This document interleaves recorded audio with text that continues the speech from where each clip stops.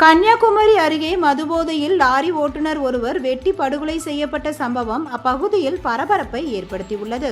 குமரி மாவட்டம் மயிலாடில் உள்ள ஒரு குளக்கரையில் இளைஞர் ஒருவர் இரத்த காயங்களுடன் கிடப்பதாக கிடைத்த தகவலை அடுத்து சம்பவ இடத்திற்கு விரைந்து சென்ற 5 கிராமம் போலீசார் அந்த இளைஞரை மீட்டு அருகில் உள்ள தனியார் மருத்துவமனைக்கு அனுப்பி வைத்தனர்.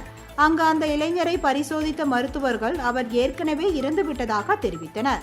இதைத் தொடர்ந்து அந்த இளைஞரின் சடலம் உடற்கூறு ஆய்விற்காக அசாரிப்பள்ளம் அரசு மருத்துவக் கல்லூரி மருத்துவமனைக்கு அனுப்பி வைக்கப்பட்டது.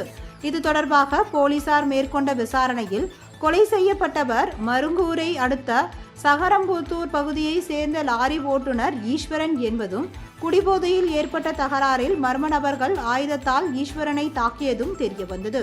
இது தொடர்பாக ஒருவரை பிடித்து போலீசார் விசாரணை நடத்தி வருகின்றனர். நாகர்கோவிலில் கடந்த 7ஆம் தேதி மளிகை கடை வியாபாரி ஒருவர் எரித்து கொலை செய்யப்பட்ட சம்பவத்தின் பரபரப்பு அடங்குவதற்குள் மலையாடி பகுதியில் இளைஞர் ஒருவர் கொலை செய்யப்பட்டிருப்பது பரபரப்பை ஏற்படுத்தியுள்ளது.